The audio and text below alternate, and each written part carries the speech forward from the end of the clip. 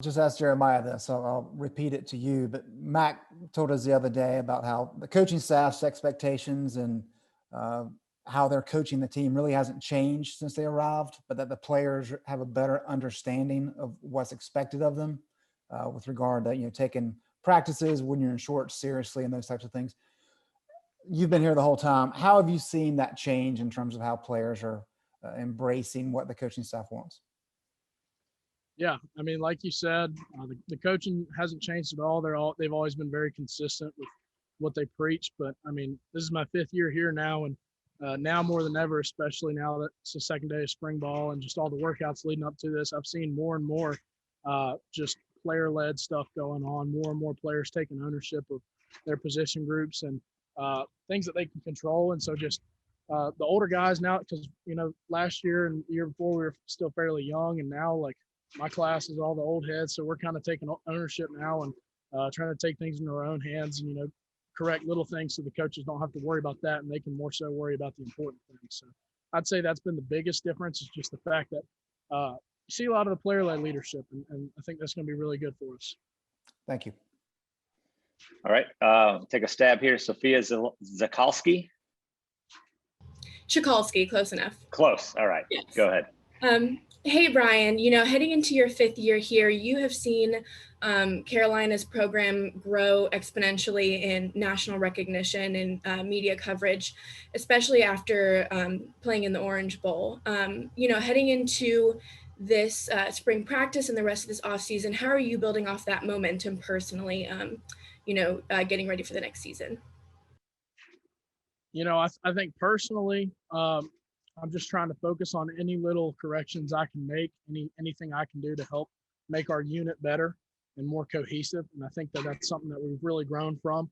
But I think as far as taking that momentum, last year was the first time in a long time Carolina's ever been in top 5 national rankings. It's been the first time in a long time we've been in the Orange Bowl. And so now with that, we can take that and use it to our advantage and take that momentum, because now that we're comfortable with that, we're used to being that, so it's not a shock to us and not a surprise. So I think we're in a position now where we can see ourselves as top dogs in the ACC and in the country, and take that feeling of being comfortable up high and not have it be a surprise to us. So I think as long as we're comfortable with being good, and trying to be good, take being good from being great, and be comfortable with that and be confident. And so I think it's the biggest change in momentum. Next up is CL Brown. Hi, Brian. I was hoping you could give me a sense of what it's been like just operating under the COVID protocols. Like, do you ever get used to having, your nose swabbed and that kind of stuff? CL, yeah, that's a good question. I mean, it's definitely been weird, and I mean, we're a year out now and we're still holding interviews over Zoom. So, I mean, I obviously wish I could see all y'all in person, but yeah, I mean, we've been used to it. And I mean, at this point, whatever it is, 2-3 times a week, we get tested. We're used to it at this point. And, it's just been one of those things we've had to adapt and overcome with. And I think the whole country did a good job, like football wise, adjusting to that, because we were able to have a full season last year. And I consider ourselves very fortunate and blessed to be able to do that, because through all the madness, me personally, that's what kind of held me together and kept me level-headed, is just having the opportunity to, go out and still play football. So I think we're used to it at this point. And I mean, I am happy to see things are looking up on the upside. So hopefully this fall, I'm looking forward to playing in front of a full crowd. Andrew Jones, go ahead. Hey, Brian, on Tuesday, Mac was talking about the goals of this spring, and one of the things for the offense was to reduce the number of sacks from last year.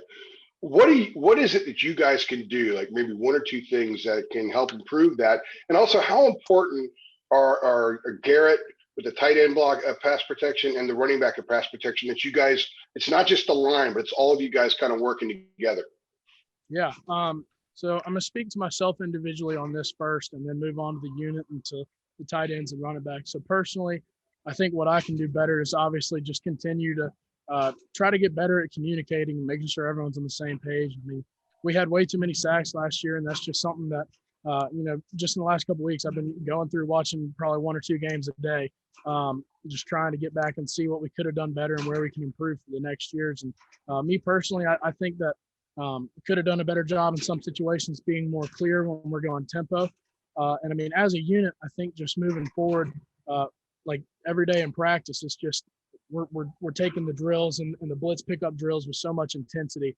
And I think we're definitely getting a lot better on the O-line, and I'll look to limit those sacks next year. Garrett as a tight end, he's my roommate. That's my dog. And, he'll come up to me sometimes and say, hey, you're a big dude, but come give me some edge rushes. And so he'll try to work on his one-on-one blocks and things like that. So that's been fun to work with him on, because, I mean, he's just as vital. A lot of the play action passes that we'll run, Garrett's actually very involved in the blitz pickups and stuff like that. So that's huge. I'm really excited this year for the running backs. Sure, we lost Mike and Javante, and, I hate that, but I think we're really going to surprise some people. Just in these last 2 days, we haven't even had pads on yet, but just the speed that they bring and the confidence they show in picking up blitzes. So I think, you got British, you got DJ, you got Ty Chandler, Caleb Hood, and, a bunch of other guys back there. We have a lot of depth, and whenever we do our blitz pickup drills, they've shown a lot of confidence and a lot of speed getting to picking up blitzes, and thankfully haven't showed any bad tendencies. They've been great in picking it up. So I think they're going to surprise a lot of people at the running back group. Cool. Good stuff. Thanks. Appreciate it. All right, last one for Brian from Ross Martin. Hey, Big Turkey. I was just wondering about the depth of the offensive line. I feel like since we've been here, it's always been about getting to 8, 9, 10 offensive linemen. I'm not sure y'all were there last year. I was wondering, how's the backups, how the guys that are going to be backup tackles, backup guards developing? If you could give us some names, that'd be helpful. And guys that maybe we don't know yet, fans don't know yet, that are going to play and are going to play this year. Yeah, that's a great question. I'm excited as a fifth-year guy on the O-line to say that we finally do have some great depth. And, me as a guy, my third year in the saddle, to being at the center position, I was young and I've grown. And this is really our third year, all 5 of us starting, playing together. And that's just huge, because our cohesiveness is just so much better. We are just on the same page, as everything can really fit things together. With that being said, Easy's out for the spring, as y'all know. And so that's actually allowed some younger guys. You got Malik McGowan, you got Kieran Johnson coming in at guard, Adorno, a few other guys, but I mean, just we're able to rotate some guys around us, giving a lot of guys opportunity. I think Malik and Adorno and Kieran in particular, when they come in and roll at guard, has been huge. William Barnes has really been stepping up too. He's been a little bit more of a vocal leader in some aspects, and he's just showing a lot of effort this spring. So he might be another guy that's going to come in and make an impact this fall.